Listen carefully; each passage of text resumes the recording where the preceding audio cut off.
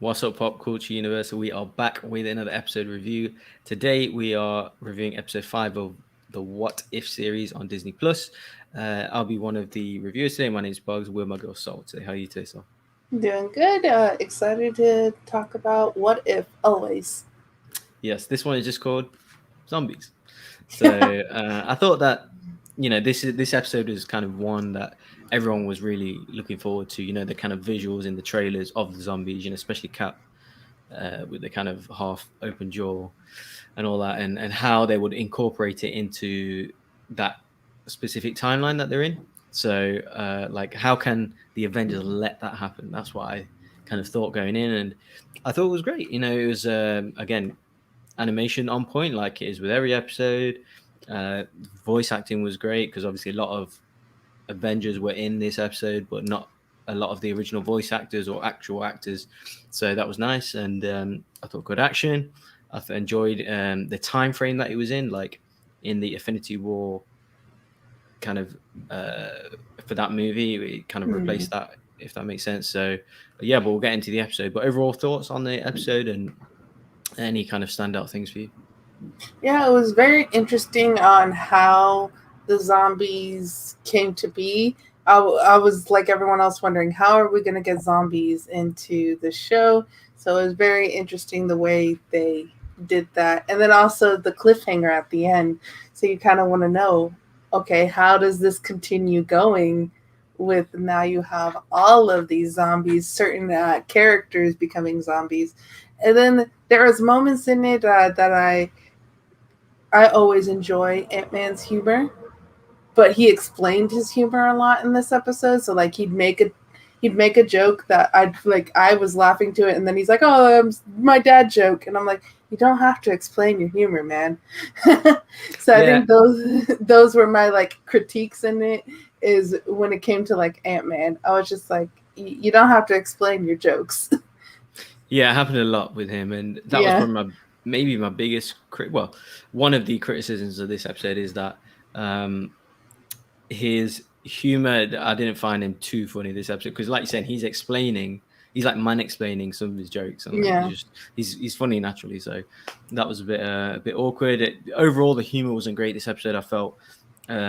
But I understand, like, it is like that in a zombie movie sometimes where Mm. people make jokes at the wrong times, they over explain stuff, that kind of thing. So I do understand they was kind of taken from that, but the humor is definitely funny in other episodes. But overall, I thought it started strong where obviously Banner lands in the kind of sanctum, the Doctor Strange's place, and then kind of walks out, and then you see Ebony Moore, and then you see some of the Avengers there, with Tony Stark with the whole hand blasting thing, and then you hear the Avengers theme. I thought, oh, this is so cool, and then you see obviously the zombies, and I just thought that was a strong opening, and yeah, and then the kind of the way they take over, and then obviously the cape kind of saves him, and then we see that kind of familiar trait throughout, but.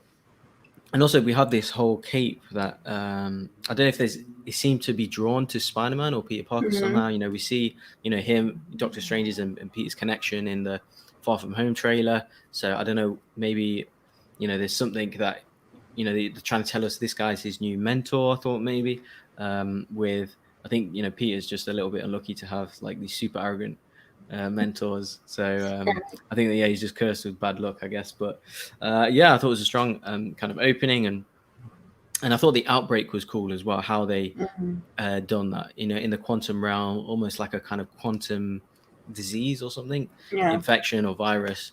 And then obviously, Hank Pym is kind of the main instigator with this because he's the original Ant-Man and helped created this back in the 70s or whatever, this technology. And yeah, I just thought it was cool how it was spread, and then the Avengers are the ones that because they're the kind of Earth's mightiest heroes. I like your T-shirt, by the way.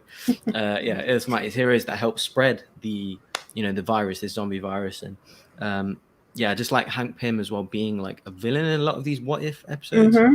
I was just Um, gonna say that yeah, someone he's must like not like Hank Pym.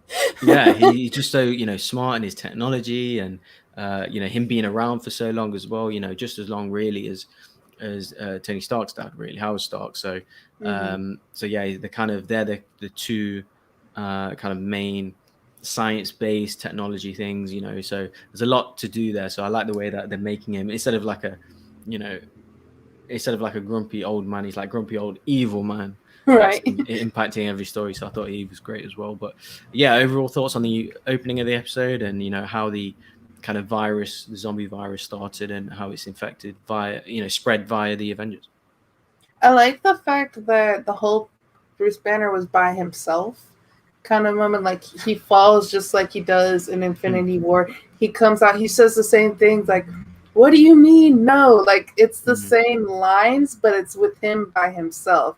And that's the excitement, hearing the Avengers theme and being as excited as his character, be like, yes, and then be like, oh no, there's zombies. So that was cool. And then the cape is the MVP of this show. This episode, Very much full on MVP. A lot of attachment to Peter Parker, and then later attachment to Ant-Man as well. And there was even, I'm sure you didn't catch it when we go into later, but there was a Harry Potter joke in there as well, Wingardium Leviosa. So I laughed at that.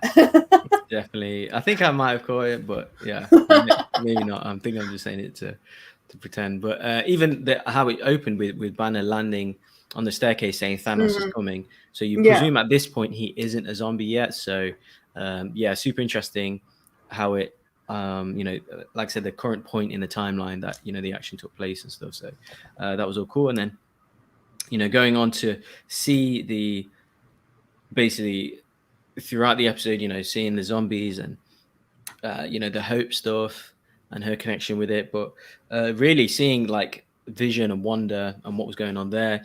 Obviously every character, some of them look great, like Bucky I thought was great, Black Panther, and seeing Wanda and how kind of uber powerful she is, and then Vision, kind of manipulating them to kind of feed her. It was kind of creepy and cool at the same time. And yeah, I just thought at the end, well, don't want to jump right to the end, but seeing, Wanda and how powerful she is, and then Thanos and how kind of awesome he looks, with the Infinity Stones minus the obviously Mind Stone, because that was left, given to the rest of the Avengers via Vision. But yeah, same kind of. Well, my kind of thing is obviously this movie kind of mimicked the Infinity War movie, and it kind of, the way this episode ends, it can kind of also mimic the war scene in Infinity War, where it happens on Wakanda. They say that Wakanda is untouched or whatever at this point, is still safe from the zombies. So the way it ended, you can still have the kind of zombies climbing through the force field, and Thanos then arrives late and stuff. So, and then maybe like with Thor and the rest of the Guardians can still come and save the day. That, who knows? But I just thought overall, like with Wanda being a zombie and with Thanos, like these guys, like what can they do? Like they're screwed. Like these are some of the most powerful beings around. Obviously, we didn't see Doctor Strange, we didn't see Thor, we didn't see the Guardians. So there are a few that haven't appeared as of yet in terms of in zombie form. So really interesting, I thought the ending was, and it ended on a cliffhanger. Kind of, I was speaking to you about it, and I can't wait for part 2, and you kind of pushed me back and said, what if there isn't a part 2? So I really hope there is, because it ended on really well, I thought. And yeah, I can't wait to see what happens in the story next, because I want to know. So overall thoughts on seeing some of the Avengers and how they dealt with them through the story, and Wanda and Thanos and on the rest of it. Yeah, we've had 3 dark episodes in a row with What If, because we are seeing, again, just like in the 3rd episode, Avengers die. Yeah, there's zombified version, but they're talking about a cure, and Cap's literally split in half. And then you have Happy's face blown off, kind of like things of that nature. So you're watching characters that you like. I think they even mentioned, like, I'm sorry, I know he was your friend and I killed your friend. Like Okoye with Bucky. He's like, I should be sad right now, but I'm not. Kind of like, so you can kind of just assume that they've been surviving the zombie apocalypse for about like 2 weeks there. And so it's really numbed out kind of the feelings of like, this is my friend. It's kind of like, no, these are zombies and I have to protect myself first. And you see just the numbers dwindle down, and all of Peter Parker's references to movies, like, have you guys never seen a scary movie? We shouldn't split up. We shouldn't.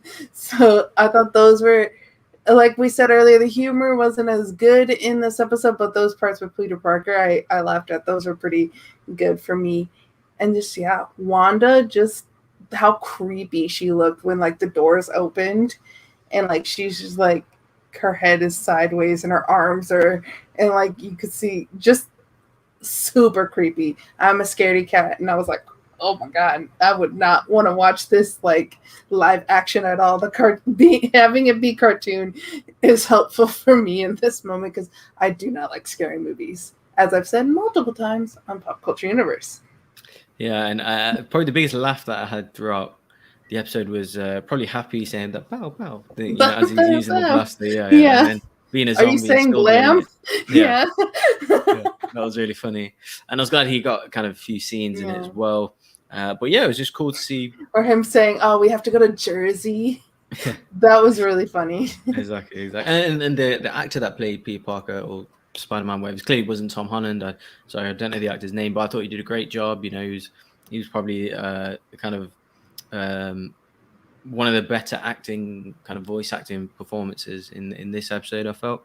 And yeah, I just thought, you know, I'm dying to see the next episode because, you know, the intrigue on this and how it's going to end, and just seeing Thanos at the end, I thought, wow, yeah, that would just be great. And well, yeah, any final thoughts on the episode? I like I said, I enjoyed it.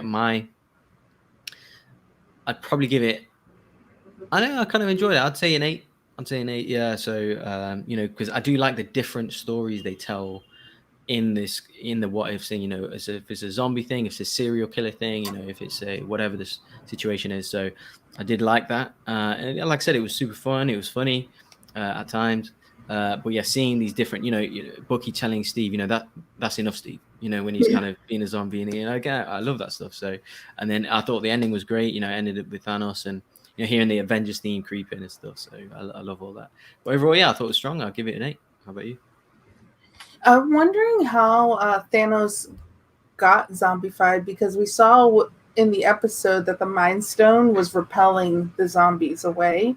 Mm-hmm. And I don't know if it was the stone or just the fact that he was an android, but I think it was the stone that was repelling them away. So I wonder if that's just specific to the Mind Stone or if all the other stones are repelling. Mm-hmm. So it's very much how did Thanos, you kind of assume that, oh, he got it from Ebony Maw, because Ebony Maw and is it Corvus Glaive, I think is the axe wielding one, were zombified at the very beginning. So you assume that that's how he became a zombie.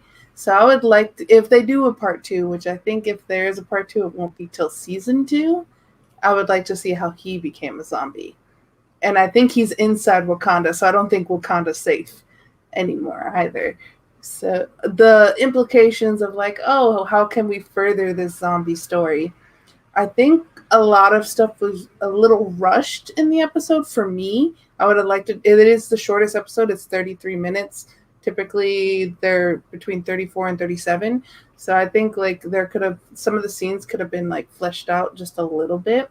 Like add 30 seconds here, add a minute here. Again, Ant-Man's explaining his jokes kind of ruined his jokes for me because they were funny.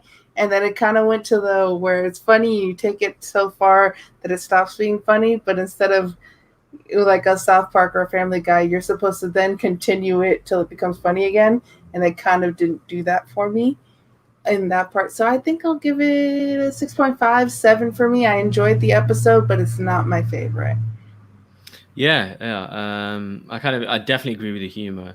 But damn, season 2, that's so long. I have to wait for this. So now I want to see the rest of this and how this will tie up. How is this canon, you know, in the kind of current, you know, sacred timeline kind of thing. So yeah, super interesting questions moving forward. But yeah, obviously, you know, put your comments below what you think of the episode, any predictions moving forward. Please like, comment, subscribe, of course, to the Pop Culture Universe, because we'll be here every week reviewing What If as soon as it drops. So thanks for watching, and we'll see you on the next episode review.